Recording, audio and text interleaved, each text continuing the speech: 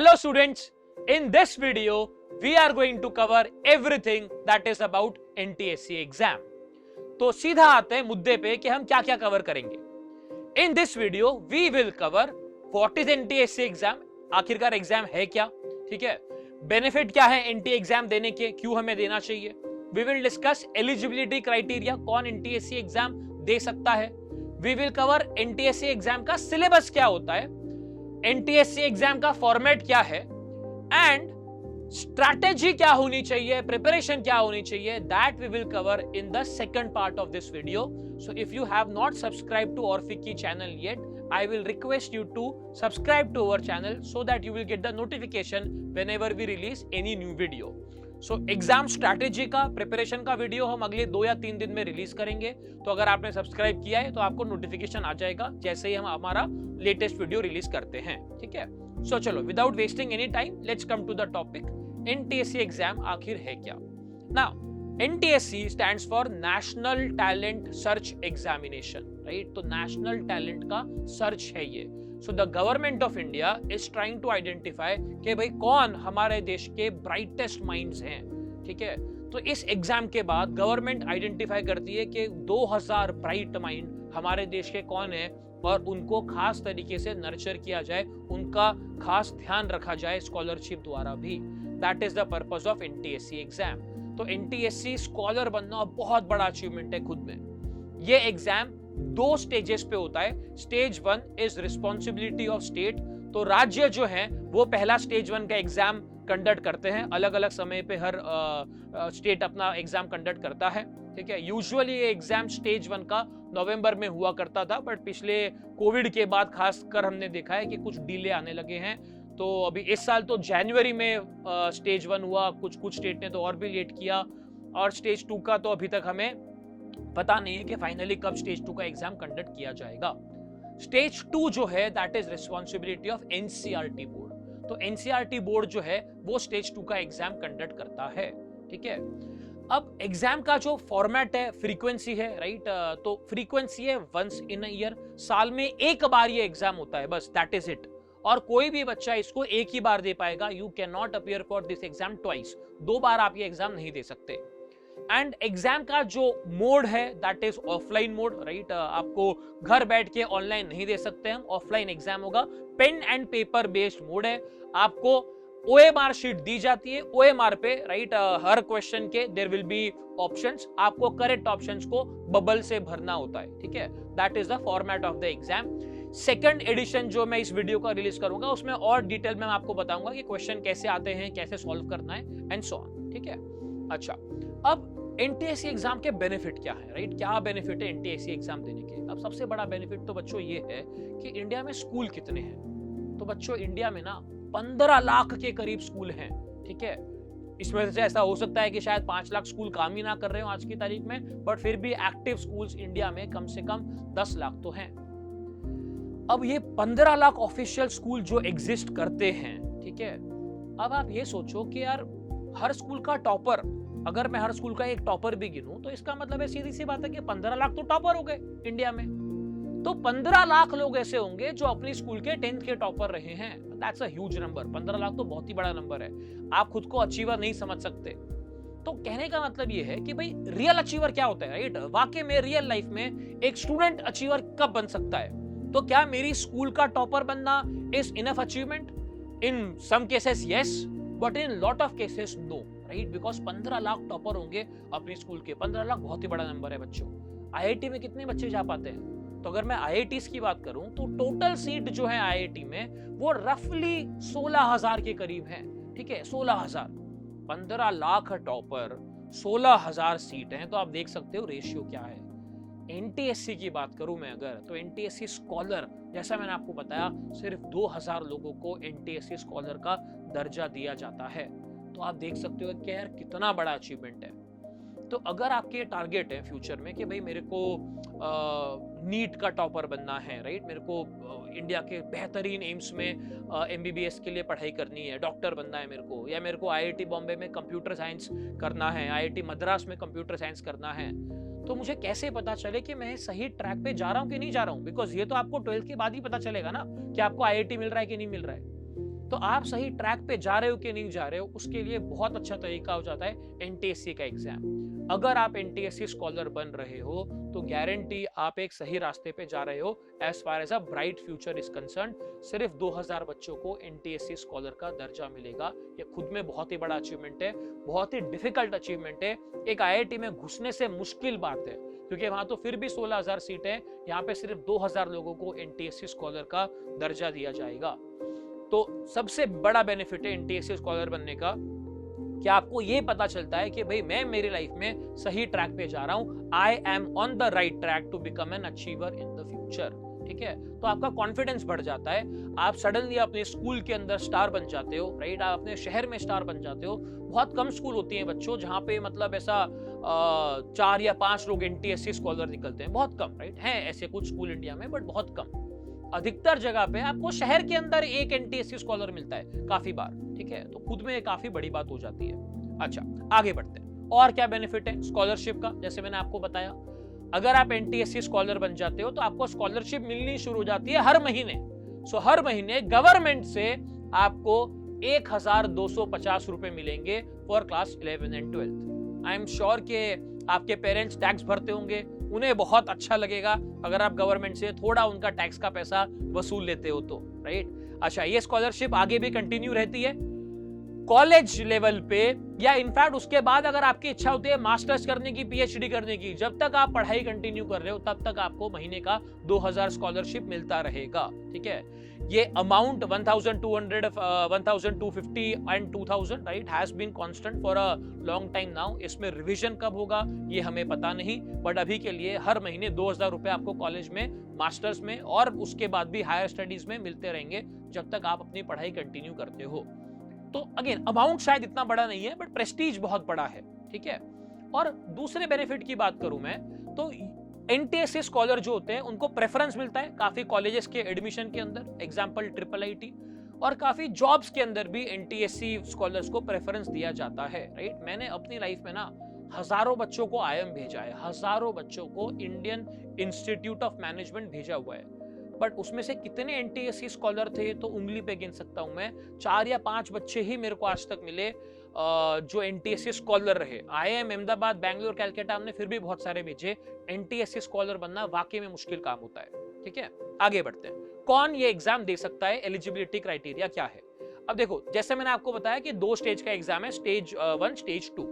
तो दोनों स्टेज का, राइट, एलिजिबिलिटी क्राइटेरिया अलग अलग रहता है।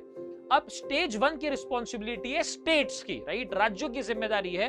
अब हर स्टेट का अपना अलग अलग फंडा है। ठीक है, so the eligibility criteria can depend from state to state, but अगर आपको एक सेफ क्राइटेरिया चाहिए तो अगर आप ये सारी चीजें मीट कर लेते हो तो इट्स वेरी वेरी सर्टन कि आप एग्जाम के लिए एलिजिबल हो, राइट। तो सबसे पहले कि you should be from a recognised government school और अ प्राइवेट स्कूल, राइट। आपका जो स्कूल है वो मान्यता प्राप्त होना चाहिए। ठीक है, उसके बाद you should B appearing for class 10 for the first time, right. आप दूसरी या तीसरी बार क्लास 10 में हो तो आप एनटीएससी का एग्जाम नहीं दे सकते हो। ठीक है, आपकी जो एज है वो 18 से कम होनी चाहिए on 1 June in the year in which you are going to appear for NTSC stage 2, right. जिस साल आप स्टेज 2 का एग्जाम दोगे उस साल आपका एज 18 से कम होना चाहिए, राइट। और मिनिमम आपके 60% मार्क्स होने चाहिए क्लास 9 के अंदर। It is 55% in case of reserve categories.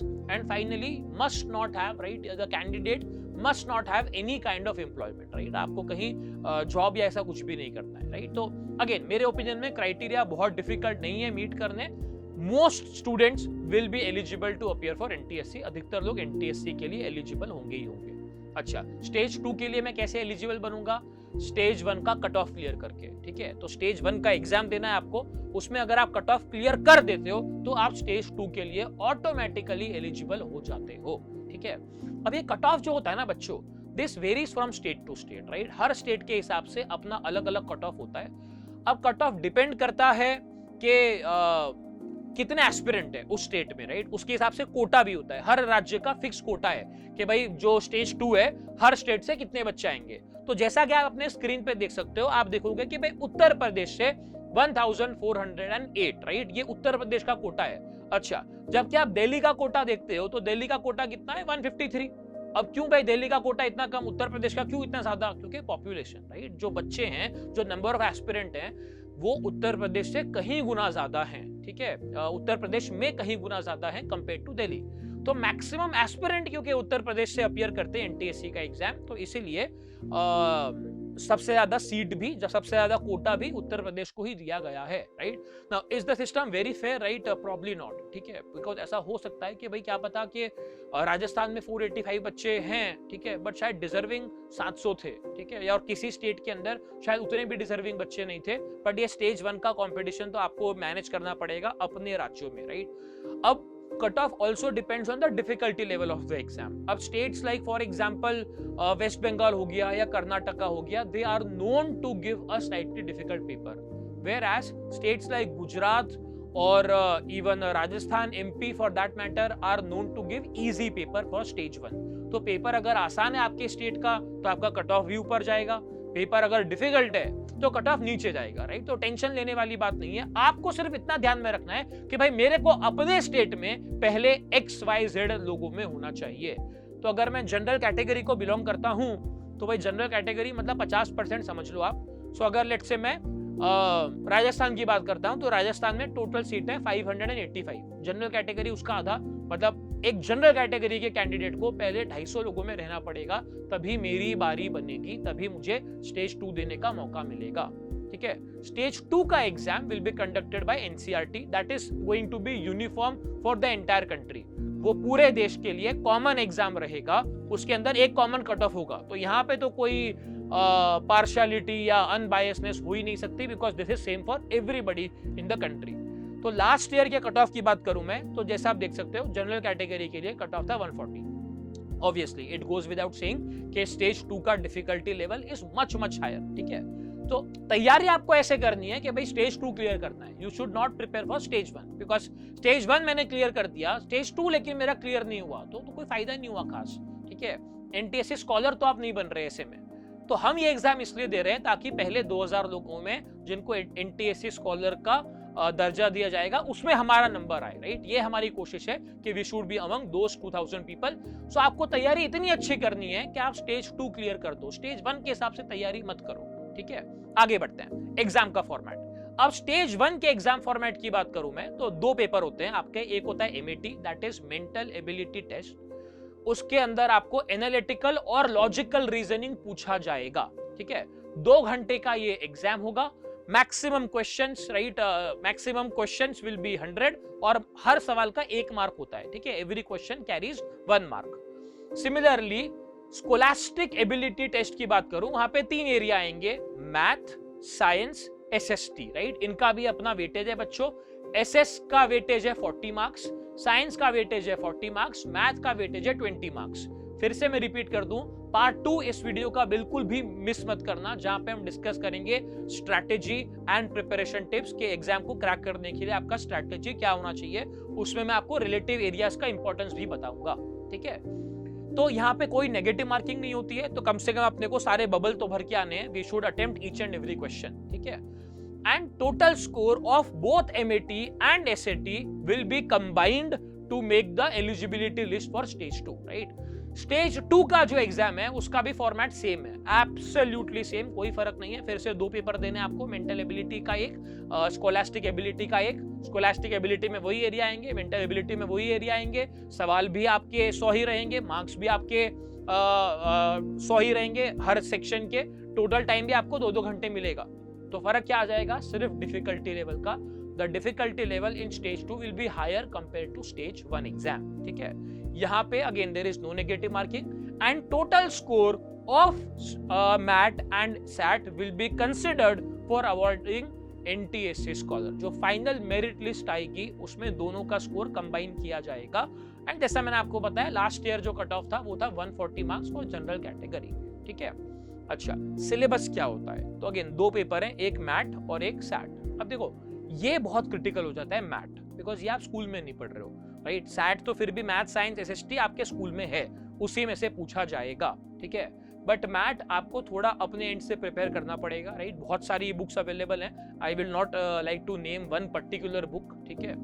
But आप बहुत सारी बुक्स में से कोई भी अच्छी बुक, अच्छे पब्लिकेशन की बुक रेफर करोगे चलेगा, राइट। आप चाहो तो हमारी बुक भी ऑर्डर कर सकते हो, ठीक है। यू कैन कॉन्टैक्ट अस, हमारा डिस्क्रिप्शन में आपको डिटेल्स मिल जाएंगी। We can give you the MET का बुक एज वेल। अब यहाँ पे आपके क्वेश्चंस बहुत ही लॉजिकल रीजनिंग या एनालिटिकल रीजनिंग टाइप पूछे जाएंगे, कॉमन सेंस बेस्ड क्वेश्चन होंगे, ठीक है। कैसे क्वेश्चन आएंगे पार्ट 2 में हम डिस्कस करेंगे, what is the nature of question. तो यहाँ पे areas are typically direction, blood relation, series, coding, decoding, odd one out, clocks, calendars, cube, dices, visual reasoning. Visual reasoning के अंदर बहुत सारे टाइप के वेराइटी होती है, Venn diagram, operators, analogies, data sufficiency, puzzle, arrangement, syllogism, ठीक है। तो काफी एग्जॉस्टिव सिलेबस है और ये पेपर बड़ा क्रिटिकल हो जाता है बिकॉज 100 मार्क का है ये, ठीक है। ये है 100 मार्क का और 100 मार्क का है आपका SAT। अब SAT के अंदर क्लास 9 और क्लास 10 का दोनों का सिलेबस पूछा जाता है। रफली मैं आपको बताऊं तो 70 to 75% वेटेज क्लास 10 का होता है, 25 to 30% वेटेज क्लास 9 का होता है। तो more weightage is generally observed for class 10, ठीक है।